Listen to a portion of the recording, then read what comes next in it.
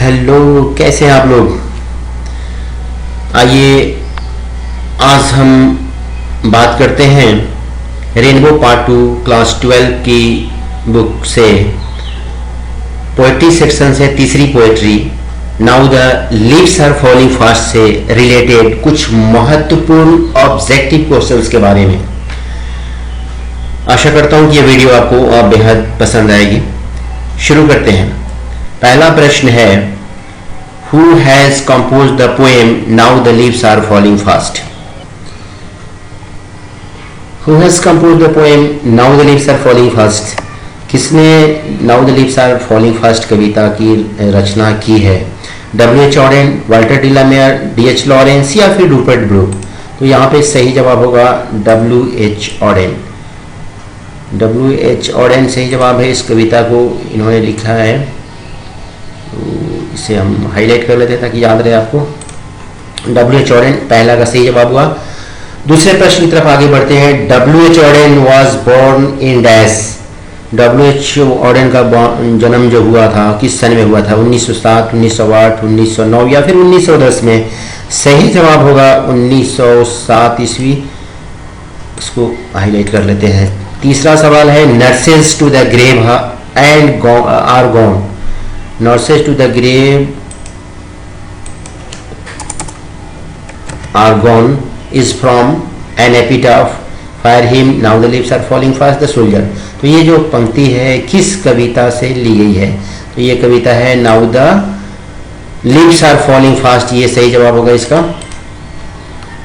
अगला सवाल है, W.H. Auden won the Dash Prize in 1948। 1948 में कौन सा पुरस्कार W.H. Auden ने जीता था? पुलित्जर, मैन बुकर, नोबेल या फिर साहित्य अकेडमी? सही जवाब होगा पुलित्जर।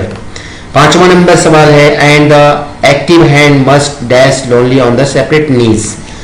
एक्टिव जो हमारा क्रियाशील हाथ है, जो एक दिन क्या होगा जब हम ये फ्रीज हो जाएगा और हम अपने घुटनों के बल पड़े होंगे। तो ये फ्रीज इसका सही जवाब होगा। फ्रीज सही ऑप्शन है 5 नंबर सवाल का। 6 नंबर सवाल है, in the second line of the poem now the leaves are falling fast nurses stand for. Second line में जो कविता का सेकेंड लाइन है, now the leaves are falling fast nurses flower will not last, इस तरह की कविता है। तो ये नर्स जो है किसके लिए है? प्लांट के लिए, फ्रूट के लिए, ट्री के लिए या फिर नन ऑफ दिस? ये ट्री के लिए नर्स जो है वर्ड आया है। 7वां नंबर सवाल है, in the poem now the leaves are falling fast whispering neighbours stand for. Whispering neighbours stands for किसके लिए आया है? विस्परिंग नेबर इस कविता में। तो ये कविता में आया है, agent of life, agents of insurance, agent of happiness, agent of death. तो विस्परिंग नेबर यमदूत के लिए आया, यानी कि एजेंट ऑफ डेथ सही जवाब होगा इसका। 8 नंबर सवाल है, trolls mention in the poem. यहाँ पे टाइपिंग मिस्टेक है। In the poem now the leaves are falling fast are dash mythological creature. Trolls नाम के जो प्राणी का जिक्र जो इस कविता में हुई है वो कहाँ के माइथोलॉजिकल क्रिएचर है? स्कैंडिनेवियन, इंडियन, रशियन या फिर नन ऑफ दी? तो स्कैंडिनेवियन इसका सही जवाब है। 9 नंबर सवाल है, new year letter by W.H. Auden is. W.H. Auden ने बहुत सारी किताबें लिखी, कुछ उन्होंने अमेरिकन फेज में लिखी, कुछ उन्होंने ब्रिटिश फेज में लिखी। तो ये इंडियन फेज का है या ब्रिटिश फेज का है या फिर अमेरिकन फेज का है या इनमें से किसी का नहीं है? तो सही जवाब होगा इसका अमेरिकन फेज की है या new letter day, sorry new year letter. 10 number सवाल है, the line and the nightingale is dumb is taken from. ये लाइन जो है एंड द नाइटिंगेल इज डम किस कविता से ली गई है? किस कविता की पंक्ति है ये? Fire him, ode to autumn, now the leaves are falling fast या sweetest love I do not go? तो ये जो पंक्ति है now the leaves are falling fast की है। अगला सवाल है 11 नंबर, W.H. Auden won the Pulitzer prize in dash. W.H. Auden को ने पुलित्जर प्राइज किस सन में जीता था? 1947, 1948 या फिर 1949 या फिर 1950? तो 1948 सही जवाब है। ये ऊपर भी इस तरह का सवाल आया था। अगला सवाल है 12 नंबर, for Auden poetry was dash. Auden के लिए कविता क्या था? A light game, an interesting game, a serious game या नन ऑफ दिस। तो जैसा कि लिखा हुआ है कि सीरियस गेम था W.H. ऑडेन के लिए। कविता जो है एक सीरियस गेम है, बहुत ही जोखिम भरा खेल है, क्योंकि इससे हम किसी की भावनाओं को आहत कर सकते हैं। अगर ध्यान नहीं दे, कुछ ऐसा लिख दे जिससे कि किसी की भावनाएं आहत होती हैं, तो ये निश्चित रूप से बहुत ही दुखद होगा या फिर बहुत ही समस्या क्रिएट कर सकता है। इसलिए सीरियस गेम है। जब भी कविताएं लिखी जाती हैं तो उस पर बहुत सोच विचार की लिखी जाती है, चाहे किसी की भावनाओं को ठेस नहीं पहुंचे। 13 नंबर सवाल है, ऑडेन वाज डैश।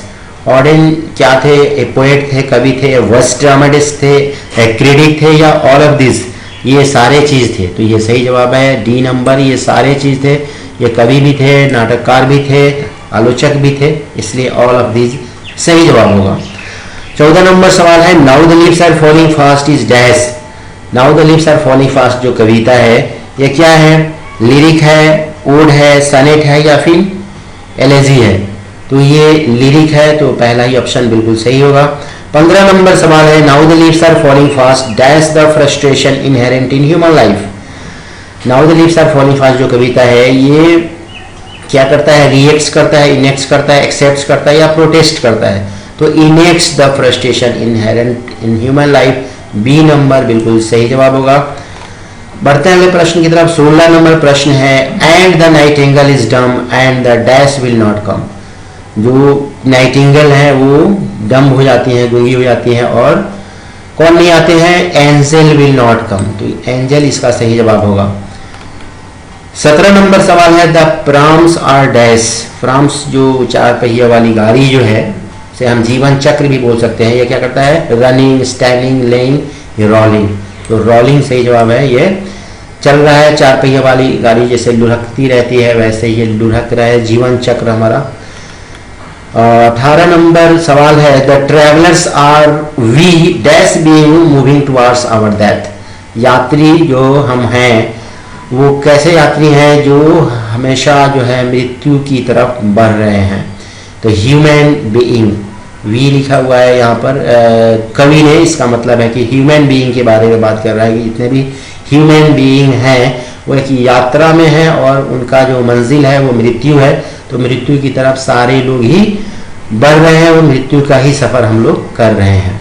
19 नंबर सवाल है, W.H. Auden won the Pulitzer prize for his collection dash. किस किताब की वजह से W.H. ऑडेन को पुलित्जर प्राइज मिला था? The orator, the age of anxiety, the dance of the death, look a stranger.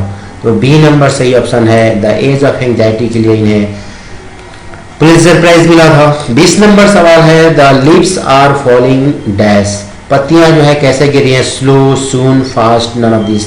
जैसा ही कविता का टाइटल है, the leaves are falling fast, तो यहाँ पे फास्ट सही जवाब होगा।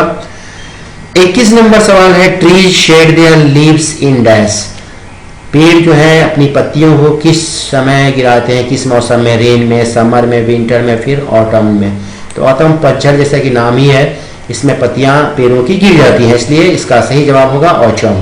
22 नंबर सवाल है, the dash has become dumb to see the leafless tree. कौन जो है गूंगी हो जाती है? कौन सी पक्षी है जो गूंगी हो जाती है लीफलेस ट्रीज को देखकर? जिस पेड़ों पे पत्तियां जब नहीं होती हैं, पत्तीहीन वृक्षों को देखकर कौन सी पक्षी गूंगी हो जाती है? हेन, स्पैरो, नाइटिंगेल या फिर पिकॉक। तो नाइटिंगेल का चर्चा कविता में आई, इसलिए सही जवाब होगा नाइटिंगेल। 23 नंबर सवाल है, dash waterfall could bless the travellers passing through the way. Dash waterfall, कैसा वाटरफॉल है? Yellow, white, red, grey. तो बिल्कुल आसान सवाल है। व्हाइट वाटरफॉल, पानी का जो झरना होता है, गिरता है तो दूर से देखने पे वो बिल्कुल सफेद दिखता है। 24 नंबर सवाल है, the falling of dash refer to the speedy arrival of death. क्या चीज का गिरना जो है बहुत तेजी के साथ मृत्यु के आगमन का हवाला देता है? लीव्स, स्टोन्स, स्नो या नन ऑफ दिस। तो लीव्स, पत्तियों का तेजी से गिरना जिसे दिखाया गया कविता में, वैसे ही तेजी के साथ जो है मनुष्य की भी मृत्यु की तरफ आगे बढ़ रहा है। यहाँ पे हालांकि पत्तियां गिर रही हैं, मतलब पत्तियों की मृत्यु हो रही है, लेकिन दुनिया में भी वैसे ही बहुत सारे लोगों की मृत्यु रोज हो रही है और कुछ नए लोग जन्म ले रहे हैं। तो यहाँ पे लीव्स सही जवाब होगा। 25 नंबर सवाल है द डैश ऑफ डेथ और द विस्परिंग नेबर्स, जो क्या चीज का डेथ जो है, the dash of death, God of death होगा, मैसेंजर, फ्रेंड, एनिमीज। तो गॉड ऑफ डेथ, मृत्यु का जो देवता, ये सही जवाब होगा। सॉरी, ये सही जवाब नहीं होगा। Messenger of death, messenger of death बोलेंगे, क्योंकि ईश्वर तो ईश्वर है, महान है वो। यहाँ पे मैसेंजर ऑफ डेथ, मृत्यु का जो मैसेंजर है, आर द विस्परिंग नेबर्स, उन्हें हम विस्परिंग नेबर्स ही बोल देते हैं, यमदूत। तो मैसेंजर सही जवाब होगा। 26 नंबर सवाल है whispering neighbours left and right is a line from the poem. Whispering neighbours left and right जो पंक्ति है किस कविता से ली गई है? An epitaph, song of myself, now the lips are falling fast, या फिर स्नैक। तो अभी ये पार्टिकुलर इसी कविता को पढ़ रहे हैं, तो ये सही जवाब होगा now the lips are falling fast. जब हम सारी कविताओं को पढ़ लेंगे इस तरह से, और उसके बाद से जब एग्जाम में सवाल आते हैं बहुत सारी कविताओं से मिक्स किए हुए, तो उस समय आपको ध्यान देना होगा कि किस कविता का। अभी पार्टिकुलर हम इसी का पढ़ रहे हैं, इसलिए जो भी पूछेगा वो now the lips are falling fast उसका जवाब होगा। 27 नंबर सवाल है nurses flower will not last is a line from written by dash. Nurses flower will not last जो पंक्ति लिखी गई है किसके द्वारा? John Keats, John Donne, Walt Whitman या W.H. ऑडेन। तो सही जवाब होगा इसका वाल्ट विटमैन। ये चैप्टर, ये कविता ही W.H. ऑडेन की है, तो W.H. ऑडेन इसका सही जवाब होगा। सॉरी, यहाँ पे हाईलाइट हमने गलत कर दिया, यहाँ पे W.H. ऑडेन इसका सही जवाब होगा। अगला सवाल है W.H. Auden left England as early as to settle permanently in the United State. W.H. ऑडेन जो है कब यूनाइटेड स्टेट में परमानेंटली सेटल होने के लिए इंग्लैंड छोड़ के चले गए थे? 1939 इसका सही जवाब होगा। 1939 में वो चले गए थे इंग्लैंड को छोड़कर परमानेंटली, और यूनाइटेड स्टेट यानी अमेरिका में जाकर सेटल हो गए थे। 29 नंबर सवाल है, सेकेंड लास्ट ये सवाल है nurses flower will not last is a line written by. Nurses flower will not last, ये जो पंक्ति है किसके द्वारा लिखी गई है? John Keats, John Donne, Walt Whitman या फिर W.H. ऑडेन। ये पूरी कविता ही W.H. ऑडेन की है, और ये पंक्ति भी W.H. ऑडेन की है। लास्ट सवाल है Auden's work in is divided into the British and, यहाँ पे टाइपिंग मिस्टेक हो गया, is divided into the British and dash phase. Auden का जो वर्क है, काम है, जो इन्होंने किताबें लिखी हैं, वो कितने, मतलब एक ब्रिटिश फेज में बट रहा और दूसरा अमेरिकन फेज में, या ऑस्ट्रेलियन, जापानीज या फिर इंडियन।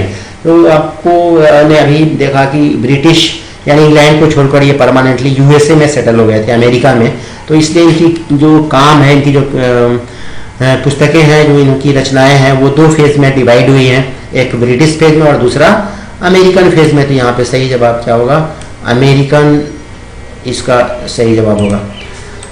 तो इस तरह से आज हम लोगों ने 30 महत्वपूर्ण प्रश्नों के ऊपर बात की, जो कविता सेक्शन से, पोएट्री सेक्शन से है। मैं आशा करता हूँ कि ये सारे सवाल आप अगर 1-2 बार वीडियो को देख लें तो याद हो जाएगा, और परीक्षा में बहुत ही हेल्पफुल साबित होगा आपके लिए। तो मिलते हैं फिर अगले वीडियो में, तब तक के लिए बाय।